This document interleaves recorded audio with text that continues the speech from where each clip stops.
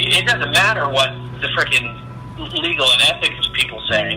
We need to win this motherfucker. Hillary is aware of all the work that you guys do, I hope. The campaign is fully in. And then they tell Hillary what's going on. Well, I mean, Hillary knows through the chain of command. Yeah.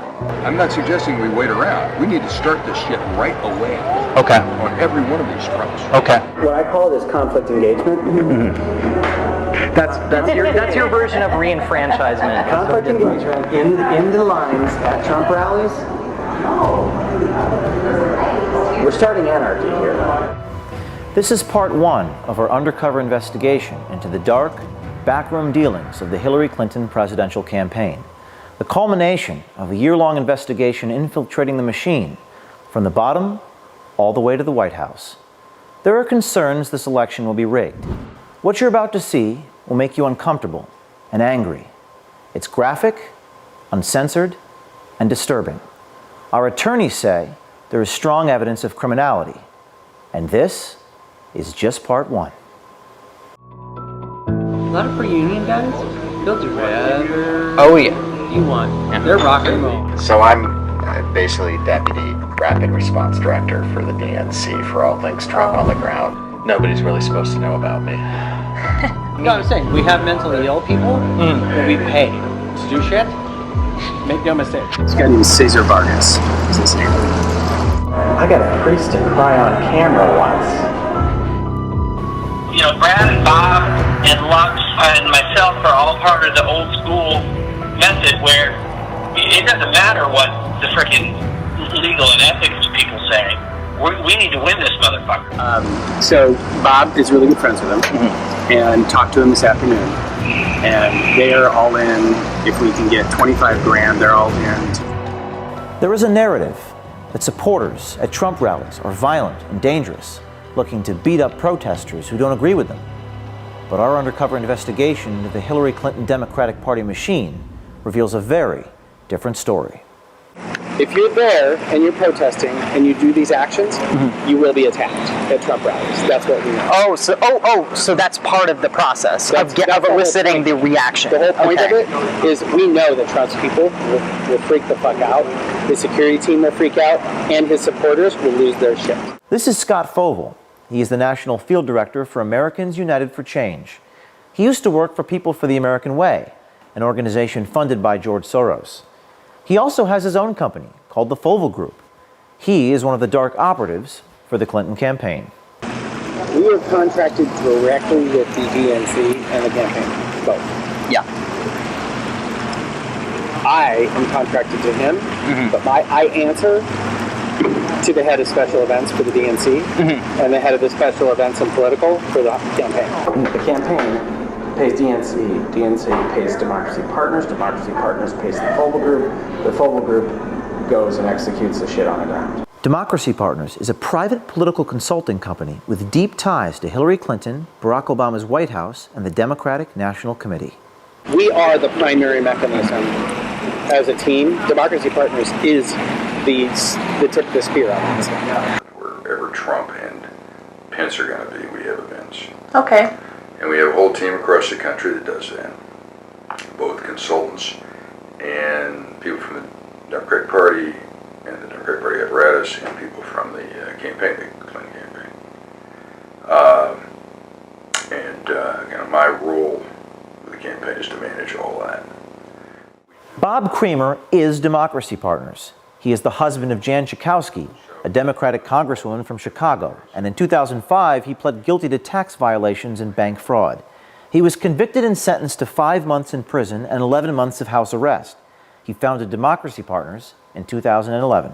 Just for a little orientation, Democracy Partners is kind of a group practice of a variety of consultants that do essentially a wide variety of different kinds of political consulting. I work with Bob Kramer one-to-one all the time. I'm the white hat. Democracy Partners is kind of the dark hat. Bob Kramer is diabolical, and I love him for it. Yeah. This investigation has revealed compelling evidence of a dark money conspiracy, a violation of federal campaign coordination laws between Hillary Clinton's campaign, Priorities USA, Hillary's super PAC, and the Democratic National Committee. We have a quick deliverable that we have to deliver every day for our groups of clients who are involved in these projects. AUFC, A4C, which is Alliance for Change, Alliance for Retired Americans, which is part of AFL-CIO. They're one of our partners on the AUFC stuff, for Social Security. Depends on the issue. And then there's the DNC and the campaigns and priorities. Priorities is a big part of this too. The campaigns and DNC cannot coordinate with priorities, but I guarantee you that the people who run the super PACs all talk to each other, and we and a few other people are the hubs of that communication. Like, so you're kind of like intermediaries between the super PACs and the DNC. But the DNC, they can't talk to each other. Okay. But you guys are kind of like... We're consultants, so we're not the official entity. And so those conversations can be had between consultants who are working for different parts. Yeah. Okay. That's why there's Bob, who's the primary there, and I'm a sub to him, and I'm also primary to AUFC separately. That's why. So there's like a Morse code between the DNC and the super PACs. It's less of a Morse code than it is a text conversation that never ends. It's like that. It's kind of like an ongoing Pony Express. Okay, so I mean that's not as efficient as it could be, but that's because the law doesn't allow it to. The thing that we have to watch is making sure there's a double blind between the actual campaign and the actual DNC and what we're doing. There's a double blind there. So that they can plausibly deny that they knew anything about it. Scott Fovel is Kramer's attack dog. Fovel and his people train the agitators to go to Trump rallies, and nothing is left to chance. There's a script. Oh, there is a script. There's a script. Okay. There's a script of engagement. Sometimes the crazies bite, and sometimes the crazies don't bite. They're starting confrontations in the line, right? They're not starting confrontations to volunteers in the rally, because once they're inside the rally, they're under Secret Service's control. When they're outside the rally, they're more affected out. They're harder to get in. The media will cover it no matter where it happens. I assume it's always in the rally. Initiating the conflict by having leading conversations with people who are naturally psychotic. Right. Okay, I mean, honestly, it is not hard to get some of these assholes to pop off. Right. It's a matter of showing up to want to get into the rally in a Planned Parenthood t-shirt. Or, Trump is a Nazi, you can message to draw them out and draw them to punch you. Fovel boasts about the extent of his network of operatives. So here, you have a schedule of events. We update this on an ongoing, rolling basis every morning. Those are all the Trump appearances. These are all the Trump and Pence appearances. Tomorrow, for instance, we are turning out 500 people in front of the Trump International in D.C. We have to have people prepared to go wherever these events are, which means we have to have a central kind of agitator training. Yep. Now, we have a built-in group of people in New York who do this. Okay. We have a built-in group of people in D.C. who do this. I was going to say, are they localized? We have a group of people in Vegas. We have a group of people in Colorado. We have a group of people in Minneapolis. So I'm basically Deputy Rapid Response Director for the DNC for all things Trump on the ground. This guy is Aaron Black. He works full-time for Kramer at Democracy Partners. He directs the spontaneous protests at Trump and Pence events. His real name is actually Aaron Minter. We don't know why he uses the name Black. Nobody's really supposed to know about me. So the Chicago protest, when they shut all that was us. It was more him than me, but none of this is supposed to come back to us because we want it coming from people. We don't want it to come from the party. So if we do a protest and it's DNC protest, it's right away the press is going to say partisan. But if I'm in there coordinating with all the groups on the ground and sort of playing field general, but they're the ones talking to the cameras. Then it's actually people.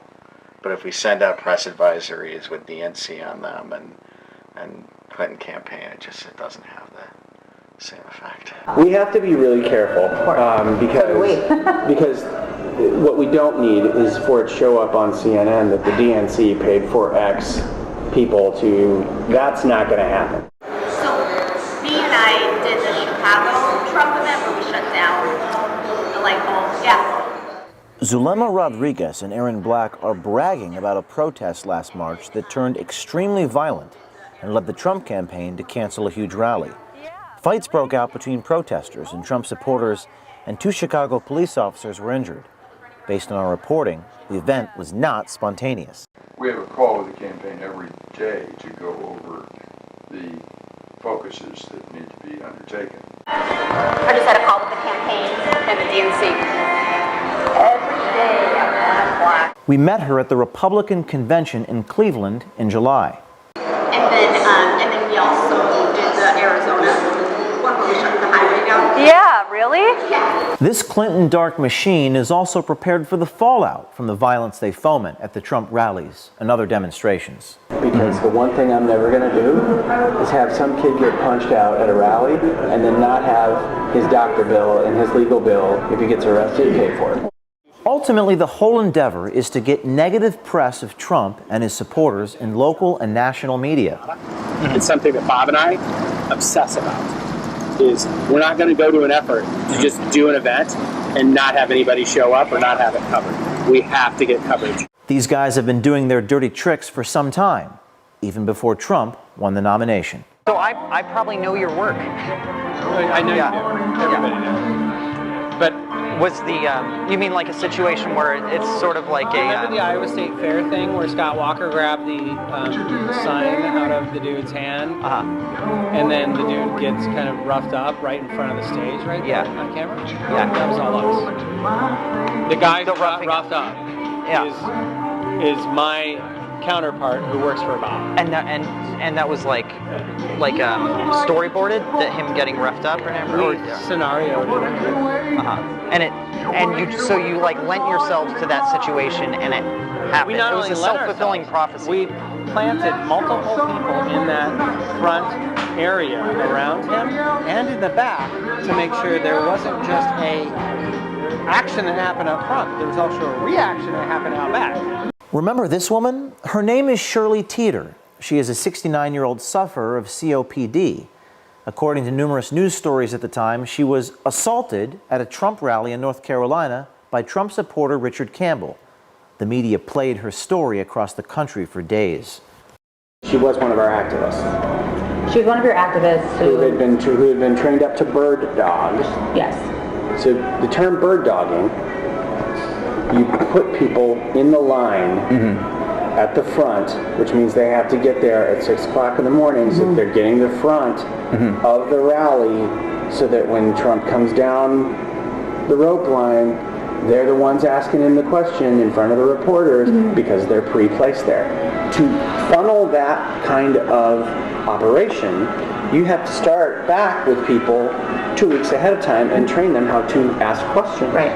You have to train them to bird dog. No, I'm saying, we have mentally ill people that we pay to do shit. Make no mistake. Over the last 20 years, I've paid off a few homeless guys to do some crazy stuff, and I've also taken them for dinner, and I've also made sure they had a hotel and a shower, and I put them in a program.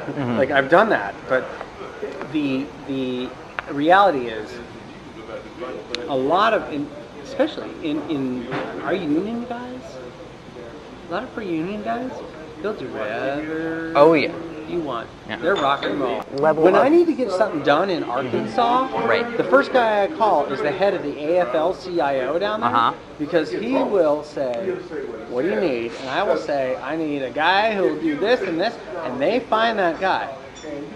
And that guy will be like, yeah, hell, let's do it. Bird dogging. Bird dogging. It's a word we had not heard until we got into this investigation. But when we checked the WikiLeaks Clinton emails, we found references to the term in emails to and from the campaign. This is a chain where Clinton campaign manager Robbie Mook suggests it might be a tactic to employ to shore up support with Hispanic voters. After our report, they may also need some help with the people in Iowa and Wisconsin. So I have to be really honest. Iowa is a difficult case because it's a 50-50 state, and honestly, half the state is racist as fuck. I came home last night and really I was upset because that's not the way I was raised, and that's not the Iowa that I grew up in, but you kind of have to accept that that's the way it is. Now, It's not who you are, but that's what the state is. right, Wisconsin is just as bad. Okay. I'm Hillary Clinton, and I approve this message. Corruption. As you can see, it's alive and well in our country, and you're paying for it. As we continue to release more videos, you must hold the mainstream media to account to further investigate what we've uncovered. America, our war is here. We must decide if we're going to save this country or lose it. To quote Abraham Lincoln, America will never be destroyed from the outside. If we falter or lose our freedoms, it will be because we destroyed ourselves.